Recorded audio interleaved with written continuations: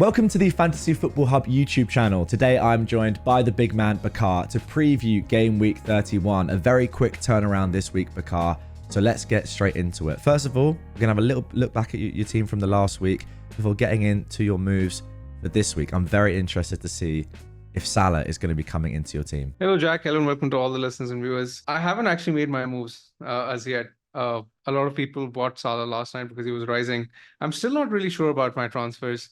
Oh, okay. I mean, truth be told, I'm a bit at 6s and 7s. I think this week is very challenging in terms of transfers, and I think the transfers you make this week will have big ramifications going forward. So until I'm completely sure about what I want to do, I didn't really want to act, which is why I'm sort of still deciding and thinking and mulling over the potential transfers that I can make. But yeah, Salah's going to come in for sure. Okay. Right, so let's have a look at your team from last week. Talk us through it. Decent week. Didn't really, like a tiny red of 500 places. You know, it's fine. I mean, it was a good week. I think it was a good week. I was expecting a red arrow because I didn't have Salah and I was going to be up against the Game Week 30 wildcarders. Yeah. So I had sort of expected a red arrow, but the Arsenal clean sheet was much needed. I didn't expect that. So that was something that worked in my favor. I definitely think that was jammy. I mean, I didn't expect it before the week. Son did really well. Palmer did well. Solanke scored.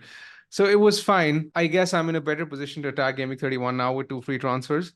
So I'll take what I've gotten. And I'm sort of content with where I am. And now hopefully I can attack the game weeks to come. Yeah, I feel like Game Week 30 was more one to survive for non-wildcarders, just because a lot of wildcards were played, and you know, instantly Isak comes in and scores a lot of points for a lot of people that have got him in on wildcard. So you're already behind there, and then not having Salah as well. Liverpool. Exactly. No Liverpool at all. I think to be fair, looking at Salah's performance and the amount of shots that he had, exactly, could have been a lot worse. So yeah, 3 big chances, just a single goal. So yeah, I mean, definitely, wow. I got away with one there. There was a big haul written all over his performance. Yeah. So, is Salah definitely coming in this week? That's the question. Salah's coming in this week. I don't think there's a world where I don't buy him. All my potential strategies include him this week. I think he's the best captaincy option for obvious reasons. I mean, it's Sheffield United. And then he has a double in 34 and I don't have a free hit left. So I need him for 34. So I might as well buy him right now. And I think he has the strongest fixture. But how I fund him is the tricky part because I don't necessarily have a very clear-cut route to buying him. Okay. I mean, I can sell Foden, I can sell Son, I can sell Richarlison, I can sell Watkins. There are a lot of different routes I can take. And ideally, I want to keep Son, but if I keep Son, then I can't get both Salah and Darwin. So it sort of makes things tricky. I mean, at first glance, when you look at my team, are there any obvious transfers that stand out? Because I'm struggling to see anything obvious. Yeah, I would say that I think Watkins can be sold now. I think there are better forward options than him. And knowing that you're playing through 34, I think you can make your mind up now on that third striker slot that you want for 34. I think that's fine. Obviously, the money that you will get from that, you know, if it's a Darwin or a Mateta, will have ramifications for your other transfer. But I think Watkins with the injury now and the fact that you're not going to play him next week anyway, probably, I think he can be sold. Yeah, so before this week, I had penciled in Salah and Sarabia in for Son and Richarlison because of the Wolves double. I think Sarabia is an external enabler, and in the absence of Neto, is likely on set pieces. And if Cunha doesn't start against Burnley, either he could be on penalties as well. So I penciled in Sarabia, but now with the injury to Watkins, if Watkins is out for a while, then he becomes an obvious sell. Now, the tricky part is that ideally, I would have loved to have gotten Salah and Darwin in for Son and Watkins, but I can't afford that. So that is where the issue starts, and that is where I sort of then have to look at some of the other options. So either I do Son to Salah and let's say Watkins to Mateta. That would, or even Foden to Salah, actually. I could do Foden to Salah and Watkins to Mateta. Now, getting Mateta would mean that I can keep Son, right? And then I can buy Salah at the same place and I don't have to take a hit. So that's something which is nice, but that means that I have to basically forego Darwin, and I am not sure whether I want to do that. Now, time and again this season, I have bought Darwin and it hasn't really worked out well. Yeah. What do you think about him? Because I don't want to think too much about it, it's but the so hard thing to is, predict his points. I think he will start this week, Okay. simply because of what is at stake. I think there's around a 75% chance that he starts. Yeah. In my opinion, I think he'll get taken off once the game is done, around 65, 70. But I think he starts. I'm confident he starts, which is why I want to bring him in. But the issue is that if I am to bring him in, it will be for a hit. And then I'll probably have to sell Son. While in the other case, I can sell Foden and I can just get Mateta without a hit, and I Mm, can avoid Darwin. And that would probably mean that I can get to Trent as well in Game Week 33 if needed. okay. So there are a lot of pros about that move. And generally I'm very sensible, or I try to be logical with my Yeah. transfers. So going for Mateta does make sense, but I don't want to avoid Darwin with the double looming and with the fixture so good. I mean, this week it's Sheffield United at home, then in 33 it's Palace at home, and in 34 there's a double. I think he's probably starts 3 of the 4 fixtures, and I mean the guy's only behind Haaland for big chances this season, so he has genuine upside. So I it's tricky. know. And also, that It's that very chance that he tricky. just kind of he flicks with his right foot and it just goes. A keeper makes a save, but it more just hits the inside of his left leg and just goes past the post. I mean, I think if that goes in, which is very unlucky not to, I don't think we're having this conversation really. So I think it's such fine margins a lot of the time, based on a player's past performance as to who you're going to go for this week. Yeah. I don't know. I mean, I think he looked this decent in the game and he had some chances. I mean, to sum it up, basically it's a decision between going for Mateta, avoiding the 4 point hit, and possibly getting to Trent later, Yeah, and keeping Son, as opposed to getting Darwin for a hit, yeah, right? So it's basically everything against one. That's the I tricky get that. part. I get that. And yeah, and in isolation, I would prefer selling Foden over Son, but again, Son funds a lot of moves later that I might want to make. For example, in 33, there are plenty of moves. I might want Trent. I might want Van Dijk. There's Mm. plenty of things I might want to do. And Son is a sell before 34 anyway. So I do think he's a tricky sell considering the fixtures that Spurs have, West Ham and Nottingham Forest. But I still think it's a 50-50 decision, and I'm really not sure which way I'm going to go. This Watkins injury has actually really thrown a spanner, uh, because I just don't really know which way I'm going to go. It's 50-50, and I've actually eaten the price drop, just so that I can be in a better position, Yeah. uh, to decide on my transfers. I slept on it, but I'm still struggling. I don't really know which way to go, and I'm sure a lot of people are in the same position who don't own Salah because they don't really know whether to sell Son, Richarlison, or Foden, because to be very honest, selling any of them could backfire. Um, Spurs do have a blank in 34, but their immediate fixtures are really nice. So it's tricky. It's a really tough one. I don't think that I don't love the fixtures. I think the West Ham away is quite a tough fixture. Forest at home is good. Newcastle away is decent as well. But I think you can get. I don't know. I don't think Son is a nailed on hold. I think you can sell him to free up funds, and you know whatever happens, you're gonna have him gone for 34 and get him back in 35 on your wild card. I just feel like there's more upside to be had there if you're willing to get rid of a player like that. What do you think I mean, about Foden though? Because his fixtures I think are good. Villa at home, Palace away, Luton at home before 34. Is it just the case that we're not sure exactly what position he's going to play, or if he's going to get rotated for Champions League as well? there's a slight risk of his rotation in the Champions League, but I mean, having looked at the fixtures, it's a Tuesday, Saturday, Wednesday turnaround, in the Champions League for Manchester City. So I don't think he will get rested against Luton simply because of what is at stake. It's basically the same logic as Darwin. I don't think that Pep will rotate him because the turnaround is kind. But again, I don't think he's a must hold or a must sell either way. If he's allowing a transfer later, I'm fine selling him. And I think both Foden and Son will go irrespective of what strategy I choose before Game Week 34 Yeah, anyway. It's just about the order, which is tricky to decide, yeah, right? Because in my plans, I have, for example, Eze, in 34. I'm pretty sure whichever one of Foden or Son I hold right now, I'll sell in 34 for Eze. So this is what makes things very tricky. And as I say, I think this is one of the most difficult decisions left in this season, because the swings for the next 3 weeks can be critical. It's not just a transfer made which will affect the points this week. It's going to affect, how I fare in the next 3 weeks as well. yeah. So I guess the question is, you don't have long now till the deadline. How do you go about making this decision? Are you just waiting for news or just still deliberating? Still deliberating. I mean, I don't think I'm going to hear any news. I mean, Postecoglou's had his press conference. He said that Richarlison has trained another day and he's fit to start. So I would assume that he's fit to start. Another reason why I'm sort of okay selling Son is because at least I have one Spurs attacker, and like I don't really have, I don't really feel the obligation to hold both. If I'm being honest, I think I can sell one. It's fine. Yeah. And same with Foden, really. Uh, I don't really feel that one is strongly better than the other. But in an ideal world, I would want to hold Son simply because of the fixtures that he has. Okay. But not going Darwin against Sheffield United, Crystal Palace, and the double is going to be very scary. That's the issue. Okay, so I got to ask you, what are you going to do if you had to make the decision right now? What would your transfers be? I think it's going to be one of the two moves. It's either going to be Foden and Watkins to Mateta and Salah, or if I end up selling Son, then I think I'm gonna make three moves and I'm gonna get Darwin as well. So Yeah. maybe something like Son to Salah, Watkins to Darwin, and then maybe Richarlison to Sarabia, something like that. Okay. So it's going to be one of these two moves. Either I save the hit or I take the hit for Darwin, right? Yeah.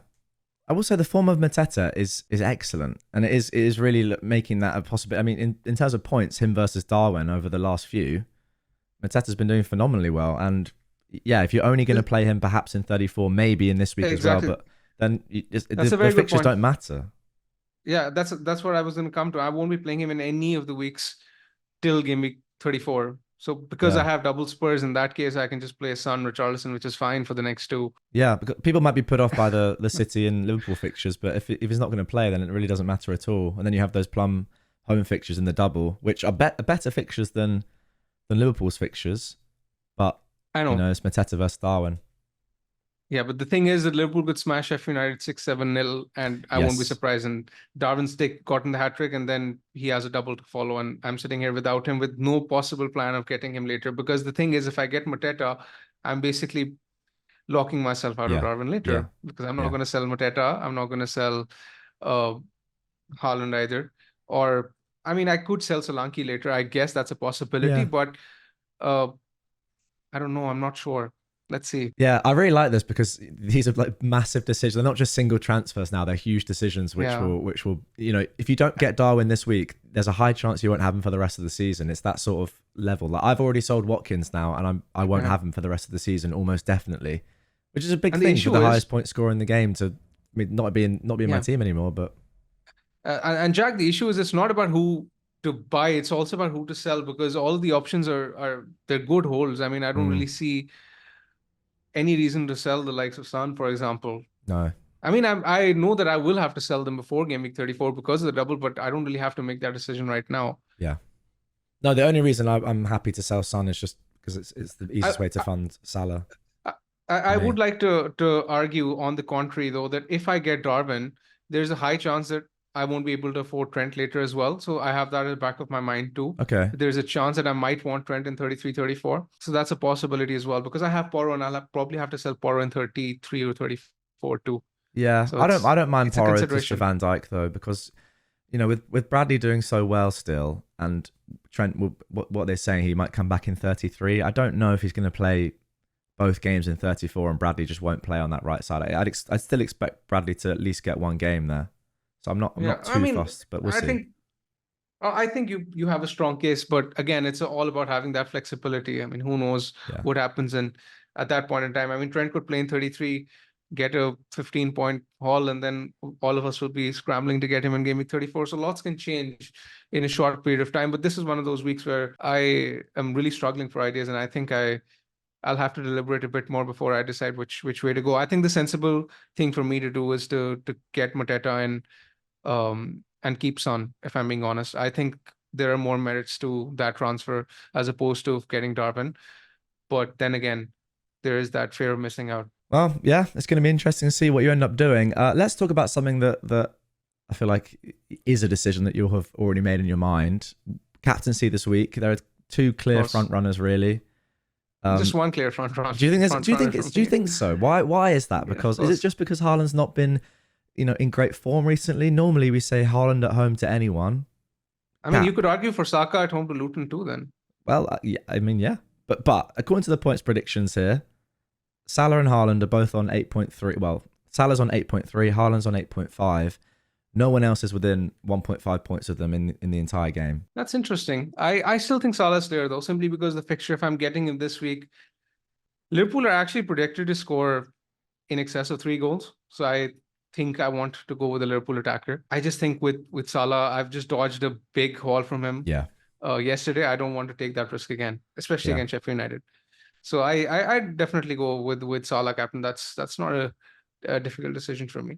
Jack, coming to your team and transfers, a lot of our viewers and listeners are very keen to know about your moves as well. You have a similar team to mine.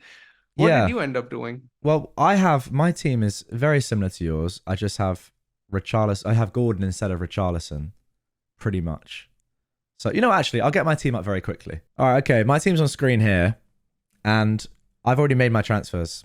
So for me, Gordon being suspended for the Everton game is very annoying because I would have happily played him in that game, but now I don't really see a need to hold him because Fulham away, then Tottenham at home, and then he doesn't double. I can get him back in 37. So Gordon went for me. Watkins also went, and I really wanted Darwin, so Darwin came in. Exactly. And now to be able to afford Salah, I can't really. If I sold Foden and got Salah in, it's impossible. So I had to keep Foden if I wanted to go for Darwin, that is, which I did. And then so Son had to go for Salah, and that gave me just 5.4 million. And there aren't that many good midfield options at that price. So Sarabia, I think, was the best one. So those are the moves. So it's for a hit, but those are the moves. And I think I've got Salah in now for the double, Darwin in for the double. Yes, could get another Liverpool defender in at some point. But I think that I don't mind taking the hit now because I think the team looks pretty set. And Porro is the only one really that I'll have to 100% sell before 34. It's basically the second option of mine where I choose to get Darwin for a hit, right? It's because you're getting Sarabia, you're getting Salah for Son, and you've gotten Darwin for Watkins. It's the exact same thing, basically. If I choose to go that way and get Darwin for a hit, then it's the same team for us again. But again, depends whether or not I take that route. I don't know. I feel like I've swerved a lot of Darwin points, especially in that double where I didn't have him before in 28 and the injury and it was, just the very fact that you're saying this, and I have been extremely unlucky through holding Darwin throughout that spell. I've owned him twice this season. Makes me want to own Darwin again, just so that I don't end up in a situation where I've been bitten by him twice, only for you to profit when he's finally hauled. I know. So it's a very tricky situation.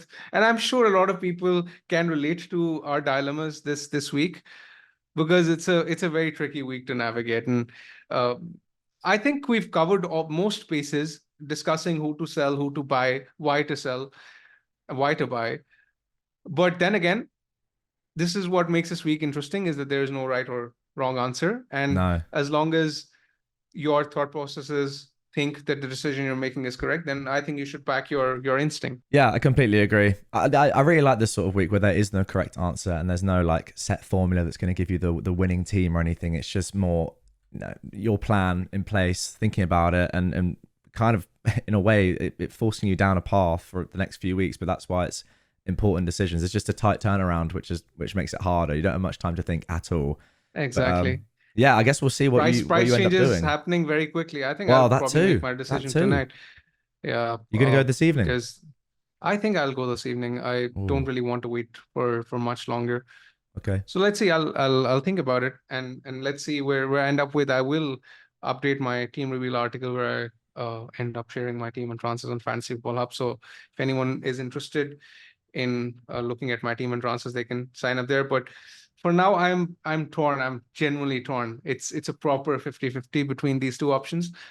And realistically, I'm considering these two options. If Watkins is miraculously declared to be fit, then I might consider doing Richarlison, Son to Salah and Sarabia, because in that case, I could keep Watkins. But I think the assumption for now is that it's a hamstring injury, so there is a chance that he could miss game week 32 as well, especially with the tight turnaround.